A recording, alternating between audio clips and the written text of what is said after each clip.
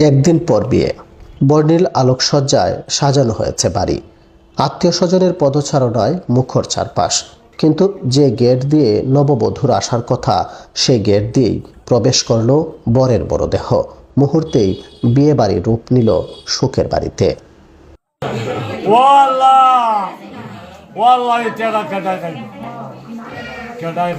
আমি যত দূরে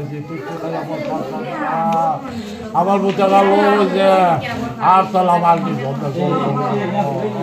হবিগঞ্জের শায়েস্তাগঞ্জ উপজেলার ব্রাহ্মণডুরা গ্রামের ওমান প্রবাসী শাহ আলম মাত্র 18 দিন আগে দেশে ফিরেছিলেন বিয়ে করতে। আগামীকাল ছিল তার শুভ বিবাহ, কিন্তু সেই স্বপ্ন আর পূরণ হলো না। গতকাল সন্ধ্যায় হবিগঞ্জ শহর থেকে বিয়ের কেনাকাটা সেরে বাড়ি ফিরছিলেন চাচাতো ভাই তানবীর সুয়েমকে সঙ্গে নিয়ে। মোটরসাইকেলে ফিরছিলেন তারা, কিন্তু ঢাকা সিলেট মহাসড়কের নূরপুর এলাকায় ঘটে মর্মান্তিক দুর্ঘটনা। মোটরসাইকেল নিয়ন্ত্রণ হারিয়ে একটি বাসের সাথে ধাক্কা লাগে। ঘটনাস্থলেই প্রাণ হারান তানবীর সুয়েম।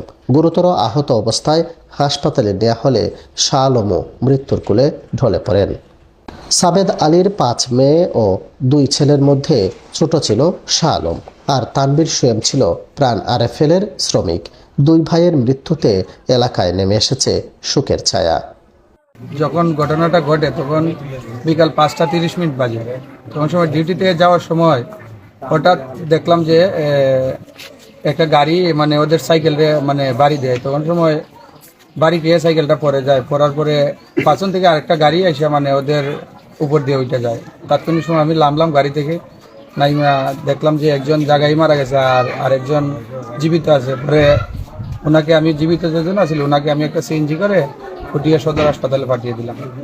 কেনাকাটা সবই শেষ। একবার আমরা বাজার থেকে আমাদের এলাকার মধ্যে এই ধরনের গেট কোনো সময় হয় নাই। একেবারে বাজার থেকে লাইটিং সহ বাড়ি পর্যন্ত প্রায় 1/2 কিলোমিটার পর্যন্ত সম্পন্ন হয়েছিল।